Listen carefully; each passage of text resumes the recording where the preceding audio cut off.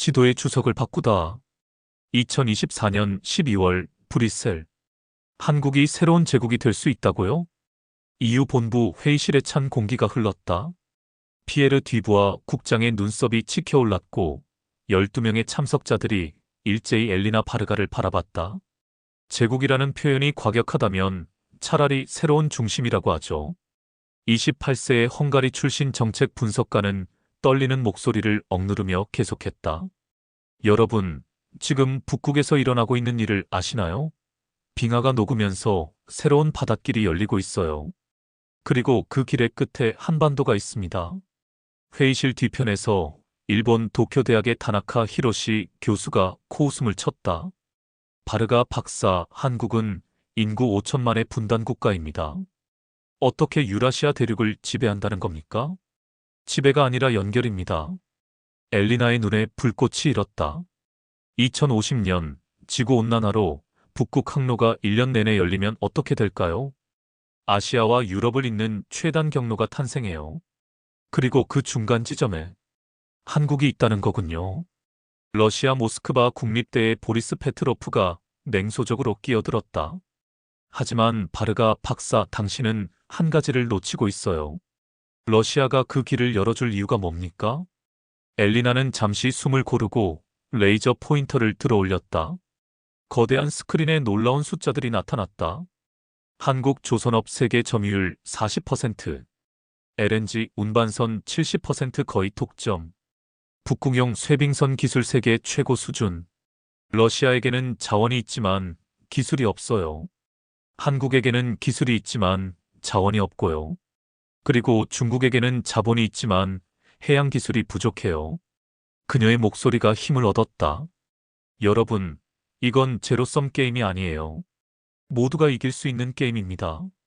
뒤부아 국장이 안경을 벗어 닦으며 물었다. 그래서 제안하는 게 뭡니까? 저에게 6개월을 주세요. 한국, 러시아, 중국을 직접 가서 이 가설을 검증해 보겠습니다. 회의실이 조용해졌다. 창밖으로는 브뤼셀의 겨울비가 내리고 있었다. 다나카가 마지막으로 한마디 던졌다. 바르가 박사, 당신이 증명해야 할 건 단순한 경제 이론이 아닙니다. 지정학의 판도를 바꿀 수 있는지 여부죠. 엘리나가 고개를 끄덕였다. 알고 있습니다. 그래서 직접 가보려는 거예요.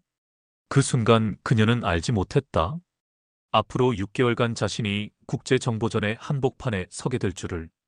그 전에 구독과 구독과 좋아요 꼭 댓글을 눌러주세요. 남겨주시면 大家더 영상을 만드는 힘이 됩니다. 방어지가사가 브뤼셀의 11월 하늘은 언제나 회색이었다. EU 본부 22층 회의실에 모인 30여 명의 학자와 기자들은 스크린 앞에서 웅성거렸다. 2050 아시아 지도라는 제목 아래 붉은색으로 칠해진 거대한 땅덩어리가 시베리아 전체를 감싸고 있었다. 코리안 엠파이어? 이탈리아 연구원 마르코 벨리니가 제일 먼저 터뜨린 웃음이 방 전체로 번졌다. 손으로 입을 가리며 어깨를 떨어대는 그의 모습이 웃음을 더욱 부채질했다. 마머미요. 한국이 러시아를 삼킨다고요? 인구 5천만이 1억 4천만을?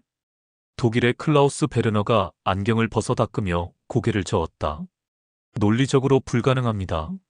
자원도 영토도 부족한데 어떻게 시베리아를 관리한다는 겁니까? 그러나 가장 신랄한 공격은 일본에서 왔다. 도쿄대학 국제정치학과의 원로 교수 다나카 히로시가 마이크 앞에 섰다. 68세의 나이에도 또렷한 목소리로 회의실을 압도했다. 한국은 역사적으로 강대국이었던 적이 한 번도 없습니다. 조선시대엔 중국의 속국, 일제강점기엔 식민지, 분단 이후엔 미국의 보호국. 미국이 없으면 단 하루도 버티지 못할 나라가 어떻게 유라시아에 패권을 쥔다는 겁니까? 박수가 터져 나왔다. 청중석 뒤편에 앉은 한국 유학생 몇 명의 표정이 굳어졌지만 아무도 반박하지 못했다. 엘리나 바르가는 이 모든 광경을 조용히 지켜보고 있었다. 33세의 헝가리 출신 물류 전문가인 그녀는 EU 싱크탱크에서 북극 항로와 유라시아 물류를 담당했다. 짙은 갈색 머리카락을 뒤로 넘기며 손안의 태블릿을 들여다보았다. 이상하다. 화면 속 지도가 허무맹랑해 보이는 건 사실이었다. 하지만 그녀가 지난 6개월간 수집한 데이터들은 다른 이야기를 하고 있었다. 조선업 세계 점유율 40%, LNG, 운반선 70%, 반도체 메모리 70%. 숫자들이 머릿속에서 맴돌았다. 아버지. 문득 20년 전 기억이 떠올랐다. 그단스크 조선소에서 용접공으로 일하던 아버지 이슈트반이 해고 통지서를 받던 그날. 어머니가 울면서 던진 말. 한국 때문이야. 한국 조선소가 우리 일자리를 다 가져갔어. 엘리나는 고개를 저었다. 개인적 감정이 판단을 흐려선 안 된다. 하지만 동시에 의문도 커졌다. 정말 한국이 그저 미국의 보호국에 불과할까? 회의가 끝나갈 즈음 EU 전략정책실의 국장 피에르 뒤부아가 연단에 올랐다. 신사숙녀 여러분, 오늘 공개된 시나리오는 분명 충격적입니다. 하지만 우리는 감정이 아닌 데이터로 판단해야 합니다. 그의 시선이 엘리나에게 고정되었다. 엘리나 바르가 박사, 당신이 이 시나리오의 가능성을 검증해 주시기 바랍니다. 6개월 후 최종 보고서를 제출하세요. 만약 이것이 단순한 환상임을 입증하지 못한다면. 뒤부아의 말꼬리가 의미심장하게 흘러갔다. 엘리나는 목이 메는 걸 느꼈다. 이것은 단순한 연구 과제가 아니었다. 그녀의 미래가 걸린 시험이었다. 알겠습니다. 그녀의 목소리는 떨렸지만 단호했다. 회의실을 나서며 엘리나는 휴대폰을 확인했다. SNS에는 벌써 해시태그 KOREANEMPIR이 해시태그가 퍼지고 있었다. 조롱 섞인 댓글들이 끝없이 올라오고 있었다. 한국이 러시아를 먹는다고? 키읔키읔키읔키읔. 제2의 몽골 제국 지은 망겜. K-팝으로 시베리아 정복하나? 엘리나는 휴대폰을 꺼두고 창밖을 내다보았다. 브뤼셀의 밤하늘에는 별이 보이지 않았다. 하지만 머릿속에서는 수많은 숫자들이 별처럼 반짝이고 있었다. 6개월. 그녀에게 주어진 시간이었다. 세상의 비웃음을 뒤집거나 아니면 그 비웃음이 옳다는 것을 증명하거나. 다음 날 아침 엘리나는 브리핑룸에서 첫 번째 지옥을 맞이했다. 바르가 박사, 정말로 한국이 러시아를 삼킬 수 있다고 보십니까? 독일 DW 방송 기자의 질문이 떨어지자마자 다나카 교수가 마이크를 빼앗다시피 했다. 젊은 분석가가 한국의 로비에 현혹되어서는 안 됩니다. 한국은 분단 국가입니다. 내부 갈등도 해결하지 못하면서 어떻게 유라시아를 통합한다는 겁니까? 교수님 말씀이 맞습니다.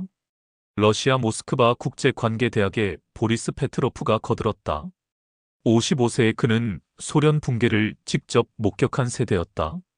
자원이 없으면 힘도 없습니다. 러시아는 천연가스, 석유, 히토류를 가지고 있어요. 북극 항로도 우리 영해를 지납니다.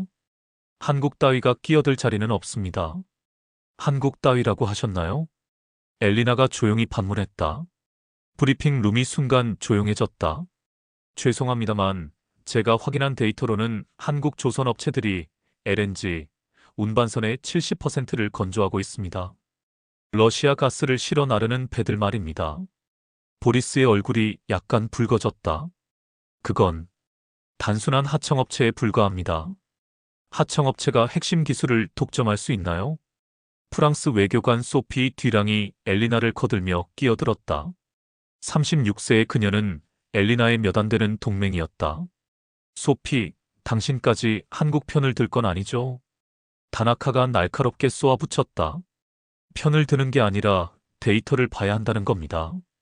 감정은 분석의 독이에요. 브리핑이 끝나고 엘리나는 화장실에서 찬물로 얼굴을 씻었다. 거울 속 자신의 얼굴이 창백해 보였다. 휴대폰이 울렸다. 화면에 파퍼라는 이름이 떴다. 여보세요, 아버지. 엘리나야, 내가 한국 얘기를 한다는 소식을 들었다. 아버지 이슈트반의 목소리는 평소보다 무거웠다. 아버지, 일이에요. 객관적으로 분석하는 거예요. 객관적? 우리를 망하게 한 나라를 객관적으로 본다고? 엘리나야, 내가 어렸을 때를 기억하니? 내가 해고당한 후 우리 집이 얼마나 어려웠는지. 아버지, 그건 한국 때문이었어. 한국 조선소들이 싼 값에 배를 만들어서 유럽 조선업을 초토화시켰다고. 그런데 내가 그들 편에 서려고 하니 편에 서는 게 아니라 팩트를 확인하는 거예요. 팩트? 이 슈트반의 목소리에 쓴웃음이 섞여 들어왔다. 그래, 내가 배운 게 많으니까 아버지보다 똑똑하겠지. 하지만 엘리나야, 괜히 나서지 마라. 한국 때문에 우리 가족이 또 상처받는다. 전화가 끊어졌다. 엘리나는 한참 동안 휴대폰을 쳐다보다가 주머니에 넣었다. 그날 오후 EU 본부 로비에서 우연히 만난 제니퍼 스미스 기자가 다가왔다. 월스트리트 저널의 유럽 특파원인 그녀는 검은 뿔테 안경을 쓰고 있었다. 바르가 박사, 한국 정부로부터 연구비를 받고 계신가요? 뭐라고요? 트위터에서 난리예요. 헝가리 출신 신참 애널리스트가 한국 로비에 매수됐다는 얘기가 돌고 있어요. 엘리나는 휴대폰을 확인했다. 정말로 해시태그 KUREANLOBBY라는 해시태그가 트렌딩에 올라 있었다. 이건 사실이 아닙니다. 저는 누구에게도 돈을 받지 않았어요. 그럼 왜 한국을 변호하시는 거죠? 객관적으로 봐도 터무니없는 시나리오 아닌가요? 그래서 검증하는 거 아닙니까? 제니퍼가 녹음기를 꺼내자 엘리나가 손으로 막았다. 오프 더 레코드로 하나만 물어보겠습니다. 정말로 한국이 러시아를 삼킬 수 있다고 생각하세요? 엘리나는 잠시 망설였다. 그러고는 입을 열었다. 모르겠어요. 하지만 제가 확실히 아는 건 하나 있습니다. 숫자는 거짓말하지 않는다는 것. 아버지가 그렇게 가르쳐 주셨거든요. 제니퍼가 고개를 갸웃했다. 아버지요? 네. 바다가 정직하듯 숫자도 정직하다고 하셨어요. 선원이셨거든요. 그런데 왜 조선소에서 일하셨다고? 엘리나가 깜짝 놀랐다. 자신도 모르게 거짓말을 했다는 걸 깨달았다. 아버지는 선원이 아니라 용접공이었다. 하지만 왜 갑자기 선원이라고 했을까? 죄송해요. 제가 착각했네요. 그날 밤 엘리나는 책상 앞에 앉아 아버지가 남긴 나침반을 바라봤다. 바늘은 변함없이 북쪽을 가리키고 있었다. 팩트로만 검증하겠어. 그녀는 중얼거리며 컴퓨터를 켰다. 6개월간의 여정이 시작되는 순간이었다. 그단스크에 가야겠어. 엘리나는 소피에게 말했다. 둘은 브뤼셀 시내의 작은 카페에 앉아 있었다. 왜 갑자기 폴란드로? 아버지가 일했던 조선소가 있어요. 거기서부터 시작해야 할 것 같아요. 소피가 커피잔을 내려놓으며 고개를 끄덕였다. 좋은 생각이에요. 하지만 엘리나, 너무 감정적으로 접근하지 마세요. 데이터만 봐요. 알겠어요. 이틀 후, 엘리나는 그단스크 조선소 앞에 서 있었다. 붉은 벽돌 건물들 사이로 발트해의 찬바람이 불어왔다. 20년 전 이곳에서 아버지가 배를 만들었다. 조선소 역사관 앞에서 만난 야넥 코발스키는 70대의 전직 설계사였다. 이 슈트반 바르가요? 기억나요. 성실한 사람이었어요. 해고될 때 많이 안타까웠죠. 한국 때문에 해고된 거죠? 엘리나의 질문에 야넥이 고개를 저었다. 그런 식으로만 보면 안 돼요, 아가씨. 물론 한국 조선소들의 가격 경쟁력이 우리를 힘들게 한 건 사실이에요. 하지만 그게 전부는 아니었어요. 야넥은 오래된 파일을 꺼냈다. 2000년대 초반 우리는 금융위기를 겪었어요. 동시에 발주처들이 중국으로 옮겨갔고 우리는 원가 구조 개선에 실패했어요. 한국은 그냥 더 잘했을 뿐이에요. 더 잘했다고요? 그래요. 기술도 관리도 마케팅도. 특히 LNG 운반선 같은 고부가가치 선박에서는 우리가 따라갈 수가 없었어요. 야넥이 일어서서 창고로 엘리나를 안내했다. 여기 좀 보세요. 낡은 스크랩북을 열어 보였다. 1980년대 쇠빙선 설계도가 노랗게 바랜 채 붙어 있었다. 이건 우리가 소련을 위해 설계한 쇠빙선이에요. 당시에는 북극이 얼음으로 막혀 있어서 별 의미가 없었죠. 하지만 동료 하나가 이런 말을 했어요. 야넥이 설계도 옆에 적힌 글씨를 가리켰다. 언젠가 북극이 열리면 판이 바뀔 거야. 그때는 배를 잘 만드는 나라가 세계를 쥘 거다. 누가 쓴 거예요? 볼레슬라프 노바크. 천재적인 설계사였어요. 지금은 은퇴했지만 그가 맞았나 봐요. 북극이 정말 열리고 있잖아요. 엘리나는 스크랩북을 뚫어져라 쳐다봤다. 갑자기 퍼즐 조각 하나가 맞춰지는 느낌이었다. 혹시 이 설계도 복사해도 될까요? 물론이죠. 하지만 왜요? 북극 항로 때문이에요. 한국이 정말로 그 길을 열 수 있는지 확인하고 싶어요. 야넥이 빙그레 웃었다. 아가씨, 아버지를 원망하지 마세요. 이 슈트바는 좋은 사람이었어요. 다만 시대가 바뀐 걸 받아들이기 어려웠을 뿐이죠. 그날 저녁 호텔에서 엘리나는 아버지에게 전화를 걸었다. 아버지, 그단스크에 와 있어요. 왜? 확인하고 싶어서요. 정말 한국 때문에 조선업이 망했는지. 한참의 침묵이 흘렀다. 엘리나야. 아버지, 야넥 아저씨를 만났어요. 아버지 이야기를 많이 해주시더라고요. 한국만이 문제가 아니었다고 하시던데요. 그 사람이 뭘 알겠어. 관리직이었잖아. 하지만 팩트잖아요. 아버지가 늘 말씀하셨잖아요. 바다가 정직하듯 숫자도 정직하다고. 내가 언제 그런 말을 했다고? 엘리나가 당황했다. 분명히 아버지가 한 말이라고 생각했는데. 아, 죄송해요. 제가 착각했나 봐요. 전화를 끊은 후 엘리나는 창밖으로 발트해를 내다보았다. 어둠 속에서 파도가 끝없이 밀려오고 있었다. 그 순간 깨달았다. 바다가 정직하다는 말은 아버지가 한 것이 아니었다. 자신이 만들어낸 기억이었다. 하지만 이상하게도 그 말이 지금 더 절실하게 느껴졌다. 엘리나는 책상 위에 쇠빙선 설계도를 펼쳐놓고 노트북을 열었다. 검색창에 아크틱 루트 코리어라고 입력했다. 수많은 자료들이 쏟아져 나왔다. 그리고 그 중에서 눈에 띄는 하나의 헤드라인. 한국 LNG선 북극 항로 시뮬레이션에서 압도적 우세. 엘리나의 심장이 빨라졌다. 퍼즐의 두 번째 조각을 찾은 것 같았다. 한국에 가봐야겠어. 소피에게 전화를 걸어 말했을 때 그녀는 크게 놀라지 않았다. 예상했어요. 하지만 조심하세요. 다나카 교수가 당신을 주시하고 있어요. 한국 로비에 매수됐다는 루머를 계속 퍼뜨리고 있어요. 상관없어요. 직접 봐야겠어요. 서울 인천공항에서 부산까지 KTX로 2시간 30분. 창밖으로 지나가는 풍경을 보며 엘리나는 생각했다. 작은 나라라고 했는데 생각보다 체계적이고 정돈되어 있었다. 부산항에 도착했을 때의 첫인상은 압도적이었다. 끝없이 펼쳐진 컨테이너들, 거대한 크레인들이 마치 미래 도시를 연상시켰다. 바르가 박사님 맞으시죠? 현대중공업에서 나온 가이드 김민준이 그녀를 반겼다. 30대 중반의 엔지니어였다. 오늘 저희 조선소와 부산항 운영 시스템을 보여드릴게요.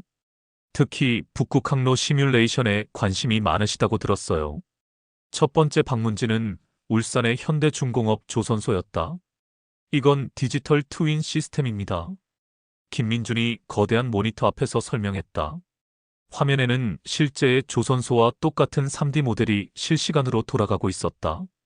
설계부터 생산, 운항, 정비까지 모든 과정이 연결되어 있어요. 배 한 척이 나가면 전 세계 어디서든 실시간으로 상태를 모니터링할 수 있습니다. 놀랍네요. 엘리나가 감탄하자 김민준이 미소 지었다.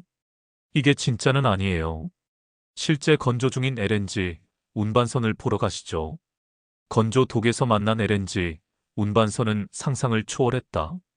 길이 300m, 17만 입방미터급의 거대한 배가 마치 떠있는 도시 같았다. 이 배는 러시아 야말 반도에서 생산된 가스를 유럽으로 실어 나르는 배입니다. 특히 북극 항로를 통과할 수 있도록 설계되었어요. 북극 항로요? 네. 일반 상선으로는 불가능해요. 쇄빙 기능이 있어야 하거든요. 현재 이런 배를 만들 수 있는 나라는 한국뿐입니다. 김민준이 태블릿을 꺼내 화면을 보여주었다. 이건 작년 실제 운항 데이터입니다. 러시아 야말 북극 항로 유럽. 수에즈 운하를 거치는 것보다 40% 빨라요. 엘리나의 눈이 커졌다. 정말요? 네. 그런데 더 중요한 건 이거예요. 김민준이 다른 화면을 띄웠다. 북극 항로는 러시아만 지나가는 게 아니에요. 시베리아 횡단철도와 연결되면 부산에서 유럽까지의 물류 시간을 획기적으로 단축할 수 있어요. 얼마나요? 기존 40일에서 20일로 절반이에요. 두 번째 방문지는 부산항이었다.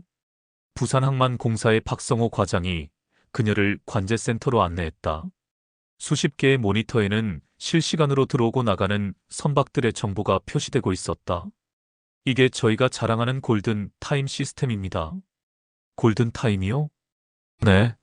선박이 입항해서 출항할 때까지의 모든 과정을 최적화하는 시스템이에요. 평균 대기 시간 12시간. 세계 최고 수준입니다. 박 과장이 키보드를 두드리자 화면에 복잡한 시뮬레이션이 떠올랐다. 이건 북극 항로 시뮬레이션입니다. 부산 TSR 시베리아 횡단철도 모스크바 유럽 루트를 테스트해 본 거예요. 엘리나는 숨을 죽이며 화면을 지켜봤다. 결과는 어떻게 나왔나요? 기존 해상 운송 대비 50% 단축, 항공 운송 대비 70% 비용 절감. 세상에. 더 놀라운 건 이 루트가 완성되면 한국이 유라시아 물류의 허브가 된다는 점입니다. 러시아의 자원, 유럽의 기술, 아시아의 제조업이 모두 한반도를 거쳐 가게 되어요. 그날 저녁 부산 해운대에서 바다를 바라보며 엘리나는 아버지에게 전화를 걸었다. 아버지, 한국에 와 있어요. 뭐, 그런 곳에 왜 갔어? 직접 봐야겠어서요. 아버지, 한국 조선소를 보니까 우리가 생각했던 것과 달라요. 뭐가 달라? 이들은 단순히 싸게만 만드는 게 아니에요. 기술력이 정말 대단해요. 특히 북극 항로용 LNG선은 한국만이 만들 수 있어요. 그래서? 그래서 뭐?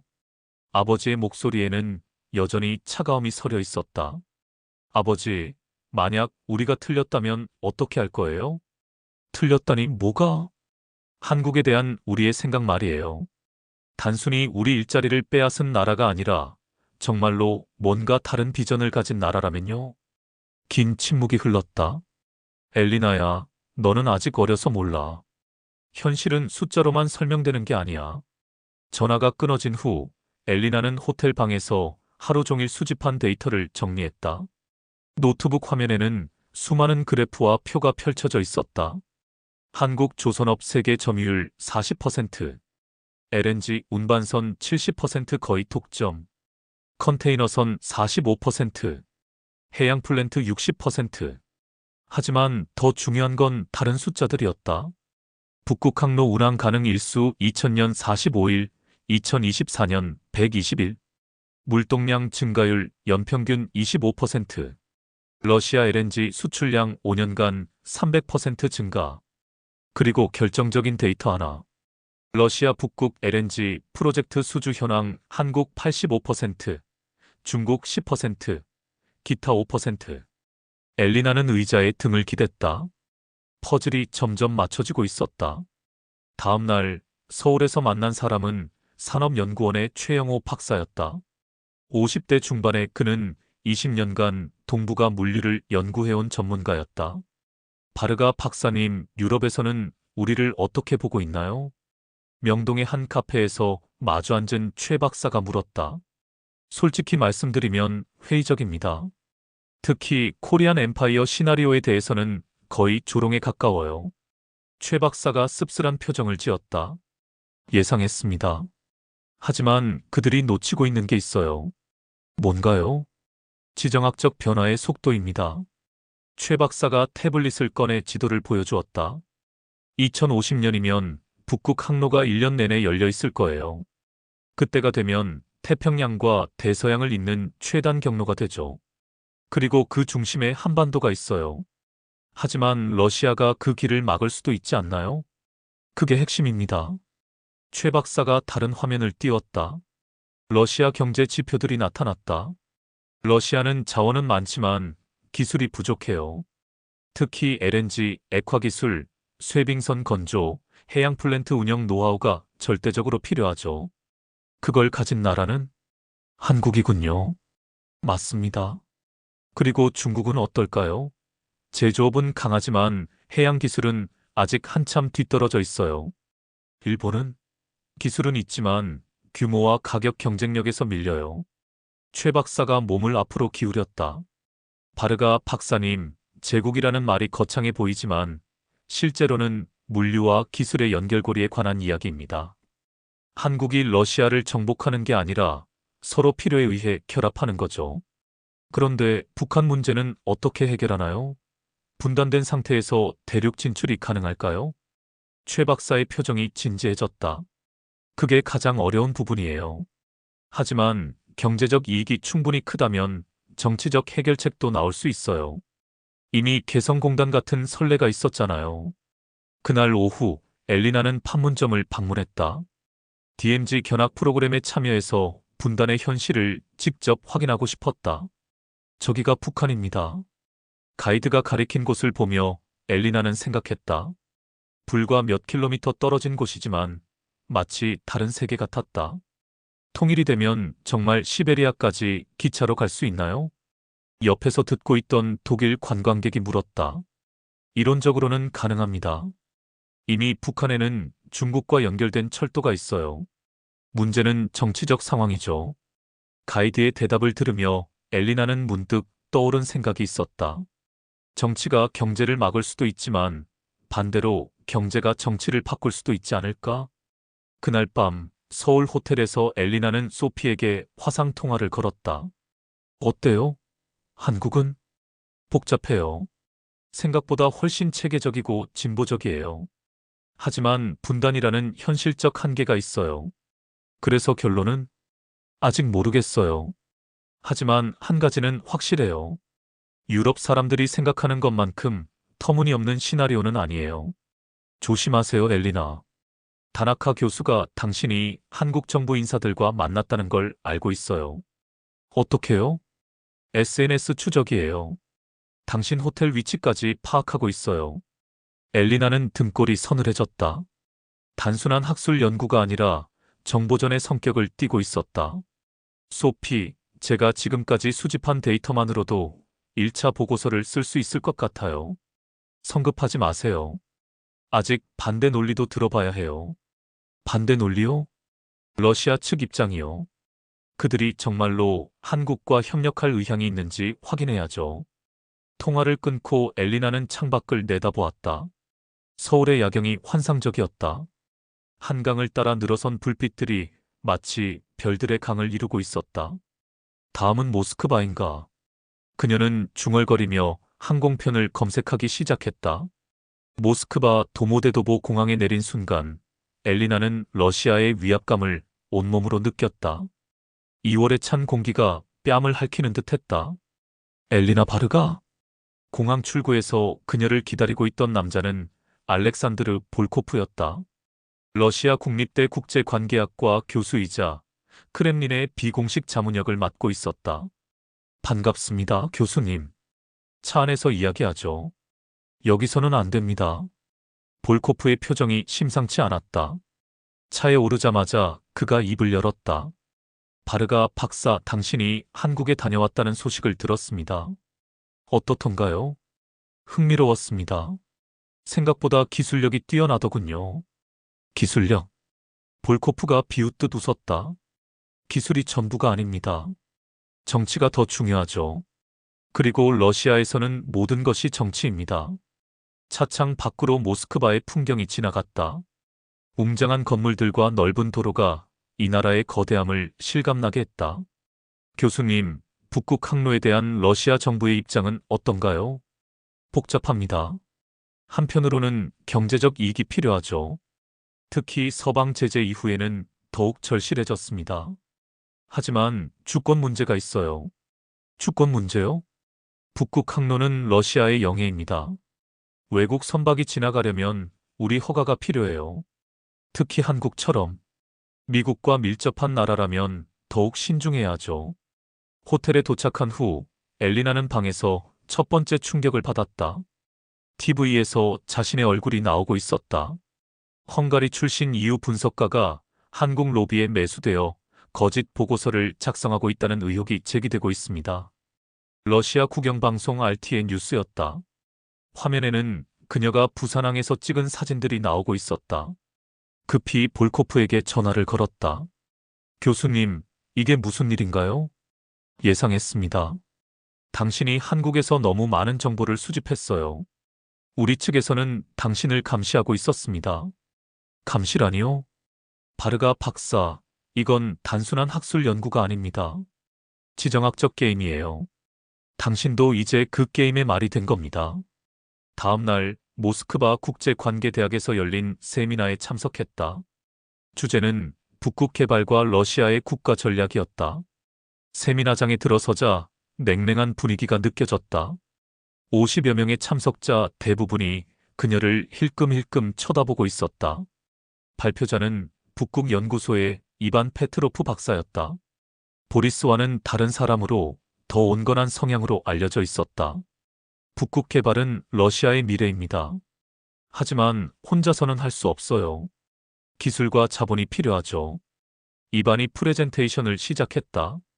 현재 야말 반도 LNG 프로젝트는 한국 기업들의 도움 없이는 불가능합니다. 쇠빙 LNG선을 만들 수 있는 나라가 한국뿐이거든요. 청중석에서 웅성거림이 일었다. 그렇다면 우리가 한국에 의존해야 한다는 말인가요? 한 교수가 날카롭게 질문했다. 의존이 아니라 협력입니다.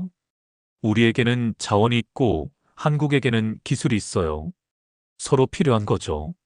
하지만 한국은 미국의 동맹국입니다. 언제든 미국이 북극 항로를 차단할 수 있어요. 이때 엘리나가 손을 들었다. 질문이 있습니다. 장내가 조용해졌다. 모든 시선이 그녀에게 집중되었다. 만약 경제적 이익이 충분히 크다면 정치적 동맹 관계보다 우선될 수 있지 않을까요? 독일이 러시아 가스에 의존했던 것처럼요. 이반이 고개를 끄덕였다. 좋은 지적입니다.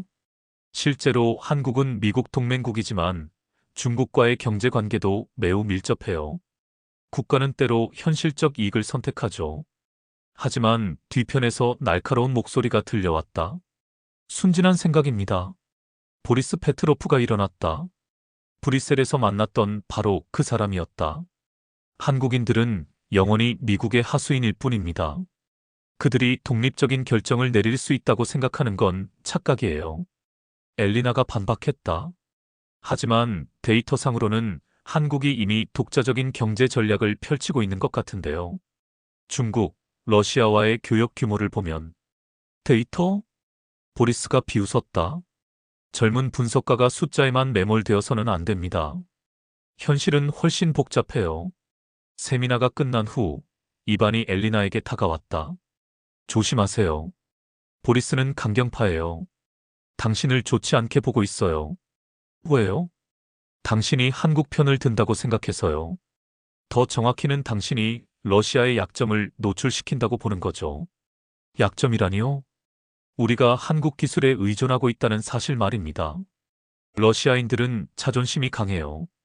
특히 소규모 국가에 의존한다는 걸 인정하기 어려워하죠. 그날 밤 호텔에서 엘리나는 아버지에게 전화를 걸었다. 하지만 통화가 되지 않았다. 세 번째 시도 끝에 겨우 연결되었다. 엘리나야, 어디에 있니? 모스크바예요, 아버지. 모스크바? 거기서 뭘 하고 있어? 연구요. 러시아가 정말로 한국과 협력할 의향이 있는지 확인하고 있어요. 긴 침묵이 흘렀다. 엘리나야, 집으로 돌아와라. 왜요? 위험해. 신문에서 내 얘기가 나왔어. 한국 스파이라고 하던데.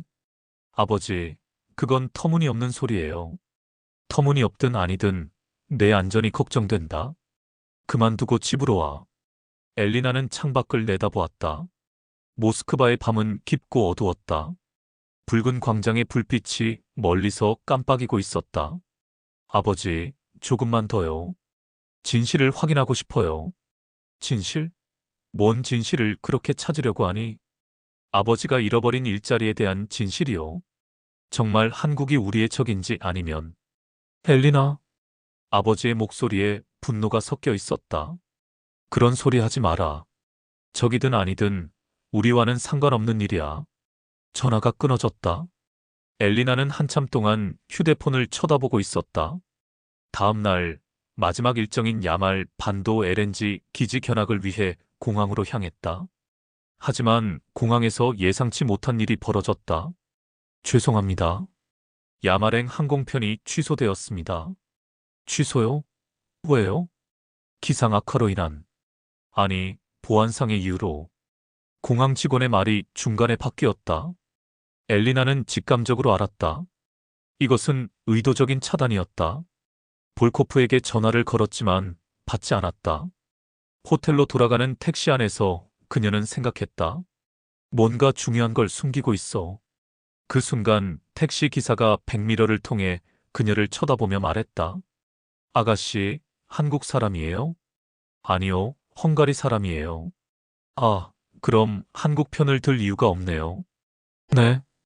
요즘 뉴스에서 한국이 우리를 이용하려 한다고 하던데. 아가씨는 어떻게 생각해요? 엘리나는 잠시 망설였다가 대답했다. 글쎄요. 저는 그냥 진실이 궁금할 뿐이에요. 택시 기사가 웃었다. 진실? 이 세상에 진실이란 게 있나요? 다들 자기한테 유리한 이야기만 하는데. 그날 밤 엘리나는 짐을 쌌다. 모스크바에서 더 이상 얻을 수 있는 정보는 없었다. 하지만 한 가지는 확실해졌다. 러시아도 한국을 필요로 하고 있었다. 다만 그걸 인정하기가 어려울 뿐이었다. 브뤼셀로 돌아온 엘리나를 기다리고 있던 것은 차가운 현실이었다. EU 본부 복도에서 만난 동료들의 시선이 예전과 달랐다. 수근거리는 소리가 귓가에 맴돌았다. 한국 로비에 매수됐다던데. 객관성을 잃은 것 같아. 너무 감정적으로 접근하는 거 아냐? 사무실에 도착하자 책상 위에 쌓인 메모들이 그녀를 반겼다. 대부분 언론 인터뷰 요청이었지만 그 중에서 눈에 띄는 것이 하나 있었다. 긴급 피에르 뒤부아 국장실로 오세요. 엘리나는 숨을 깊게 들이쉬고 노크했다. 들어오세요. 뒤부아 국장의 표정은 심각했다. 그의 옆에는 법무팀 변호사 한 명이 앉아 있었다. 바르가 박사 앉으세요. 무슨 일인가요? 당신에 대한 고발이 들어왔습니다. 연구 과정에서 특정 국가의 이익을 대변했다는 내용이에요. 엘리나의 얼굴이 창백해졌다. 누가 고발을 했나요? 일본 측에서 제기했습니다. 다나카 교수가 상세한 자료를 제출했어요. 당신이 한국에서 정부 관계자들과 만났다는 증거도 있고요. 변호사가 서류를 내밀었다. 물론 아직 공식적인 조사는 아닙니다. 하지만 해명이 필요해요. 정말로 한국 측으로부터 어떤 대가도 받지 않았나요? 단 한 푼도 받지 않았습니다. 엘리나의 목소리가 떨렸다. 그럼 왜 한국을 그렇게 옹호하는 겁니까? 뒤부아가 날카롭게 물었다. 옹호하는 게 아니라 팩트를 확인하는 거예요. 제가 수집한 데이터를 보시면 데이터는 해석하기 나름입니다. 중요한 건 당신의 입장이 너무 편향적이라는 거예요. 엘리나는 할 말을 잃었다. 뒤부아가 서류를 정리하며 말했다. 2주 후에 공개 청문회가 있을 예정입니다. 그때까지 최종 보고서를 완성하세요. 하지만 바르가 박사, 그의 시선이 차갑게 식었다. 객관성을 잃으면 EU에서 일할 수 없습니다. 명심하세요. 사무실로 돌아온 엘리나는 책상에 주저앉았다. 손이 떨려서 커피잔을 제대로 잡을 수도 없었다. 휴대폰이 울렸다. 소피였다. 엘리나 괜찮아요? 소피. 지금 당장 만나요. 카페 말고 제 집으로 와요. 소피의 아파트에서 만난 엘리나는 지쳐 보였다. 소피가 차를 내오며 말했다. 다나카가 정말 치밀하게 준비했어요. 당신이 한국에서 찍은 사진들, 만난 사람들, 심지어 호텔 영수증까지 확보했대요. 어떻게 그런 정보를 얻었죠? 일본 정보기관의 도움을 받았을 거예요. 이건 단순한 학술 논쟁이 아니에요. 국가 간 정보전입니다. 엘리나가 고개를 떨어뜨렸다. 제가 너무 순진했나 봐요. 아니에요. 당신이 옳은 일을 하고 있어요. 다만 적들이 더 치밀했을 뿐이에요. 그럼 어떻게 해야 하죠? 소피가 몸을 앞으로 기울였다. 반격해야 해요. 하지만 감정이 아닌 완벽한 데이터로요. 그들이 반박할 수 없을 만큼 압도적인 증거를 모아야 해요. 하지만 시간이 2주밖에 충분해요. 당신이 놓친 게 하나 있어요. 뭐요? 중국입니다. 엘리나가 고개를 갸웃했다. 중국이 왜요? 한국의 진짜 경쟁 상대는 중국이에요. 만약 한국이 정말로 유라시아의 허브가 되려고 한다면 중국과 어떤 관계를 설정하는지가 관건이죠. 소피가 노트북을 열어 검색했다. 여기 보세요. 중국의 1대1로 프로젝트. 이건 바로 한국이 그리는 그림과 정면으로 충돌해요. 화면에는 거대한 지도가 나타났다. 중국에서 시작해서 중앙아시아를 거쳐 유럽까지 이어지는 붉은 선들이 그어져 있었다. 한국이 북극 항로를 통해 유라시아를 연결하려고 하는데 중국은 육로로 같은 일을 하려고 하고 있어요. 이 둘이 어떻게 경쟁하고 협력하는지가 핵심이에요. 엘리나의 눈이 반짝였다. 그럼 베이징에 가봐야겠어요. 위험해요. 이미 당신은 주목받고 있어요. 하지만 이것 없이는 보고서가 완성되지 않아요. 한국, 러시아, 중국의 삼각관계를 이해해야 해요. 다음 날 엘리나는 베이징행 항공편을 예약했다. 하지만 공항에서 예상치 못한 일이 벌어졌다. 엘리나 바르가 씨? 체크인 카운터에서 한 남자가 그녀에게 다가왔다. 40대 중반의 동양인이었다. 네, 그런데요. 제 이름은 김재영입니다. 한국 외교부에서 나왔어요. 엘리나는 깜짝 놀랐다. 왜 저를 찾으시는 거죠? 안전한 곳에서 이야기하죠. 공항 라운지에서 김재영이 입을 열었다. 바르가 박사님이 어려운 상황에 처해 있다는 걸 알고 있습니다. 한국 정부가 어떻게 그걸 알죠? 저희도 정보망이 있습니다.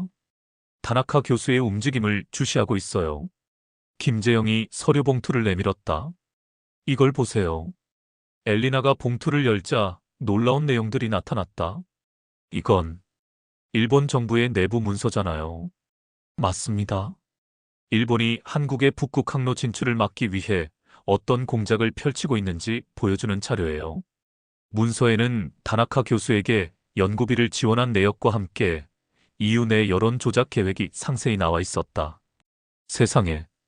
바르가 박사님, 당신은 누군가의 계략에 휘말린 거예요. 하지만 동시에 진실에 가장 가까이 다가간 사람이기도 하고요. 그럼 이 자료를 공개하면 되는 거군요. 김재영이 고개를 저었다. 그렇게 간단하지 않아요. 이 자료가 한국 정부에서 나왔다는 게 알려지면 당신이 한국 스파이라는 의혹만 더 커져요. 그럼 어떻게 하죠? 다른 경로로 이 정보가 나와야 해요. 예를 들어 당신이 독자적으로 발견한 것처럼 보이게 하는 거죠. 엘리나가 고민에 빠졌다. 이것은 윤리적 딜레마였다. 진실을 위해 거짓 경로를 택해야 하는 상황이었다. 시간을 주세요. 생각해 보겠어요. 김재영이 명함을 건네며 일어났다. 연락 기다리겠습니다. 하지만 너무 오래 고민하지는 마세요. 시간이 많지 않아요. 그날 밤 엘리나는 베이징행을 취소하고 브뤼셀 아파트로 돌아왔다. 머릿속이 복잡했다. 한국 정부의 제안을 받아들여야 할까? 아니면 순수하게 자신의 연구만으로 승부해야 할까? 침대에 누워 천장을 바라보며 그녀는 아버지 생각이 났다. 아버지라면 뭐라고 했을까? 진실은 단순하다. 복잡하게 만드는 건 사람들이야. 그때 휴대폰이 울렸다. 헝가리에서 온 전화였다. 엘리나야. 아버지. 신문에서 내 소식을 봤다. 어려운 일을 하고 있구나. 아버지. 죄송해요. 걱정 끼쳐드려서. 걱정은 무슨. 엘리나야, 아버지가 하나 털어놓을 게 있다. 네. 사실 한국 조선소가 우리를 망하게 한 게 아니야. 엘리나가 벌떡 일어났다. 뭐라고요? 우리 조선소가 망한 진짜 이유는 따로 있었어. 부정부패, 잘못된 투자, 구식기술. 한국은 그냥 더 잘했을 뿐이야. 그럼 왜 지금까지? 자존심 때문이었어. 작은 나라에게 졌다는 걸 인정하기가 어려웠거든. 긴 침묵이 흘렀다. 엘리나야, 내가 하는 일이 옳다. 진실을 찾아라. 아버지의 자존심 따위는 신경 쓰지 말고. 전화가 끊어진 후 엘리나는 오랫동안 창밖을 바라봤다. 브뤼셀의 밤하늘에 별이 하나둘 나타나기 시작했다. 이제 결정할 때가 왔다. 디칠. 공개 청문회까지 일주일이 남았다. 엘리나는 한국 정부의 제안을 거절하고 독자적인 조사를 계속했다. 윤리적 딜레마에서 벗어나고 싶었다. 하지만 혼자만의 힘으로는 한계가 있었다. 그때 예상치 못한 도움의 손길이 나타났다. 바르가 박사님, EU 도서관에서 자료를 찾고 있던 엘리나에게 한 젊은 남자가 다가왔다. 20대 후반으로 보이는 동양인이었다. 저는 장웨이입니다. 베이징 대학 국제관계학과 박사과정이에요. 안녕하세요. 그런데 저를 어떻게? 교수님이 소개해 주셨어요. 리밍 교수님이요. 엘리나가 고개를 갸웃했다. 리밍은 중국의 저명한 지정학 전문가였다. 교수님이 당신의 연구에 관심이 많으시대요. 특히 한중 러 삼각관계 부분에서요. 장웨이가 가방에서 두꺼운 파일을 꺼냈다. 이건 중국 관점에서 본 북극 항로 분석 자료예요. 도움이 될 거예요. 엘리나가 파일을 열어보니 놀라운 내용들이 나타났다. 중국의 일대일로와 한국의 북극 항로가 경쟁이 아닌 보완 관계가 될 수 있다는 분석이었다. 이게 정말 중국 정부의 공식 입장인가요? 공식은 아니지만 상당히 영향력 있는 시각이에요. 중국도 북극 항로의 중요성을 인정하고 있거든요. 하지만 한국과 경쟁 관계 아닌가요? 장웨이가 미소 지었다. 경쟁이면서 동시에 협력이죠. 한국이 해상 루트를 담당하고 중국이 육상 루트를 담당하면 상호 보완이 가능해요. 흥미롭네요. 더 흥미로운 건 러시아의 입장이에요. 장웨이가 다른 자료를 보여주었다. 러시아는 한국과 중국 사이에서 균형을 맞추려고 해요. 둘 다 필요하거든요. 그날 오후 엘리나는 소피와 함께 자료를 정리했다. 정말 복잡한 삼각관계네요. 소피가 그래프를 보며 말했다. 한국은 기술력으로, 중국은 자본력으로, 러시아는 자원으로 서로 다른 카드를 가지고 게임을 하고 있어요. 그런데 결국 누가 이기는 거죠? 그게 포인트예요. 누구도 혼자서는 이길 수 없어요. 모두가 협력해야만 승리할 수 있는 구조죠. 엘리나의 눈이 반짝였다. 그럼 코리안 엠파이어라는 표현 자체가 잘못된 거네요. 맞아요. 제국이 아니라 네트워크예요. 한국이 중심 허브 역할을 하는 유라시아 협력 네트워크 D3. 청문회를 사흘 앞두고 엘리나는 최종 보고서를 완성했다. 제목은 제국 패러다임을 넘어선 유라시아 협력 네트워크였다. 하지만 마지막 순간에 예상치 못한 복병이 나타났다. 바르가 박사, 긴급히 만나고 싶습니다.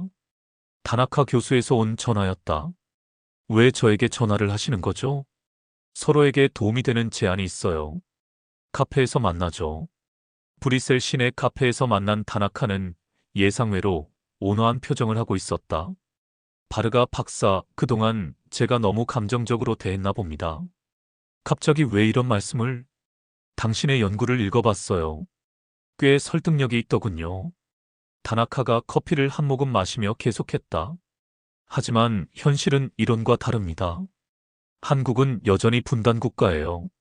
북한 문제를 해결하지 못하면 모든 계획이 무의미해져요. 그래서요? 제안이 있어요. 청문회에서 당신이 북한 변수를 인정하고 저는 한국의 기술력을 인정하는 거예요. 서로 윈-윈 하자는 거죠. 엘리나가 의심스러운 눈길로 바라봤다. 무슨 속셈이신가요? 다나카가 웃었다. 속셈이라. 바르가 박사, 저도 학자예요. 진실이 중요하죠. 다만 저는 정치적 현실을 더 중시하는 편이고요. 북한 문제는 이미 보고서에 포함되어 있어요. 가장 큰 변수로 언급했거든요. 그럼 문제 없겠네요. 다나카가 일어서며 손을 내밀었다. 청문회에서 건설적인 토론을 하길 바랍니다. 악수를 나누며 엘리나는 이상한 느낌을 받았다. 뭔가 함정이 있는 것 같았다. D-Day. 청문회 당일 아침 엘리나는 EU 본부 대회의실에 도착했다. 200명이 넘는 청중이 자리를 가득 메우고 있었다. 방송사 카메라들이 그녀를 비췄다. 이제 돌이킬 수 없었다. 신사숙녀 여러분, 오늘은 한국의 유라시아 전략에 대한 공개 검증의 시간입니다. 피에르 뒤부아가 개회사를 했다. 먼저 엘리나 바르가 박사의 발표를 듣겠습니다. 엘리나가 연단에 올랐다. 손이 떨렸지만 목소리는 차분했다. 존경하는 여러분, 지난 6개월간 저는 한 가지 질문에 답하기 위해 노력했습니다. 과연 한국이 유라시아의 새로운 중심이 될 수 있는가? 그녀가 첫 번째 슬라이드를 띄웠다. 결론부터 말씀드리면 한국은 제국이 될 수 없습니다. 하지만 네트워크의 허브가 될 수는 있습니다.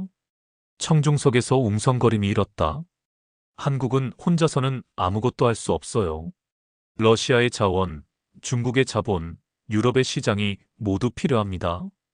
하지만 이 모든 것을 연결할 수 있는 기술력과 지정학적 위치를 가지고 있습니다. 엘리나가 북극 항로 시뮬레이션 화면을 보여주었다.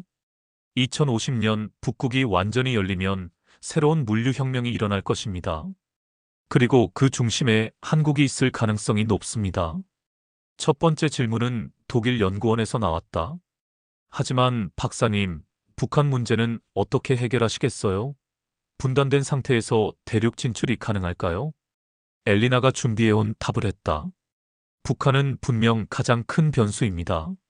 하지만 경제적 이익이 충분히 크다면 정치적 해결책도 나올 수 있어요. 독일 통일의 예를 보세요. 이때 다나카가 손을 들었다. 바르가 박사님 하나 물어보겠습니다. 만약 북한이 협력을 거부한다면 어떻게 하시겠어요? 엘리나가 당황했다. 이것은 예상하지 못한 질문이었다. 그럴 경우에는 답이 없으시군요. 다나카가 승리의 미소를 지었다.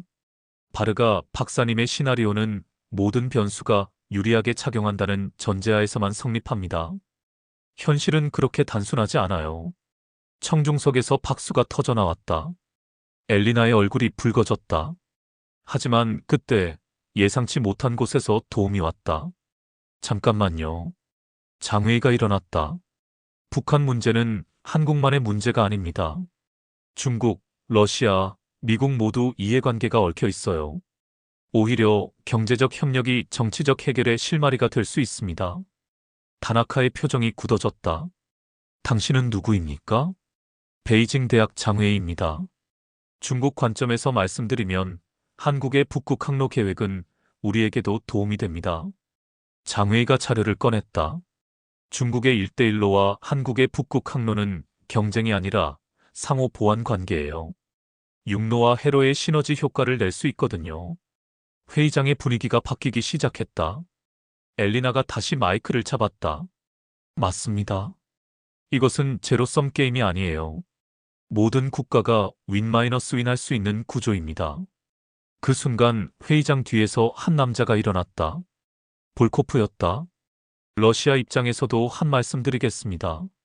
어떻게 여기에? 다나카가 당황했다. 바르가 박사님의 분석은 상당 부분 정확합니다. 러시아도 북극 개발을 위해 외국 기술이 필요해요. 특히 한국의 LNG 기술은 대체 불가능합니다. 청중석이 술렁였다. 러시아 학자가 한국을 지지하다니 예상치 못한 반전이었다. 다나카가 마지막 카드를 꺼냈다. 하지만 미국은 어떨까요? 동맹국인 한국이 러시아, 중국과 너무 가까워지는 걸 좋아하지 않을 텐데요. 엘리나가 자신감 있게 대답했다. 미국도 북극 항로의 경제적 이익을 무시할 수 없어요. 이미 알래스카를 통한 참여 방안을 검토하고 있거든요. 2시간에 걸친 치열한 공방 끝에 청문회가 막을 내렸다. 뒤부하가 마무리 발언을 했다. 오늘 토론을 통해 한 가지 분명해진 것이 있습니다. 미래는 한 나라가 독점할 수 없다는 점입니다. 협력이 경쟁보다 중요한 시대가 오고 있어요. 그의 시선이 엘리나에게 고정되었다. 바르가 박사의 연구는 그 가능성을 보여주었습니다. 비록 완벽하지는 않지만 새로운 시각을 제시했어요. 청중석에서 박수가 터져 나왔다. 엘리나의 눈에 눈물이 맺혔다. 청문회가 끝나고 로비에서 소피가 그녀를 끌어안았다. 해냈어요, 엘리나. 아직 끝난 게 아니에요. 최종 평가가 남았어요. 하지만 그때 뜻밖의 사람이 다가왔다. 타나카였다. 바르가 박사 수고하셨습니다. 교수님, 오늘 당신을 보니 진짜 학자의 모습을 봤어요. 저도 많이 배웠습니다. 다나카가 손을 내밀었다. 앞으로도 좋은 연구 계속하세요. 한일 협력도 빼놓지 말고요. 악수를 나누며 엘리나는 미소 지었다. 6개월간의 여정이 끝나가고 있었다. 2025년 9월 새로운 시작. 1년 후 엘리나는 브뤼셀의 한 카페에서 노트북을 열고 있었다. 화면에는 새로운 보고서 제목이 떠 있었다. 북극 실크로드, 유라시아 통합의 새로운 장. 그녀의 첫 번째 보고서는 EU에서 공식 채택되었다. 코리안 엠파이어라는 도발적인 제목은 사라졌지만 한국의 역할에 대한 재평가가 시작되었다. 더 중요한 것은 현실의 변화였다.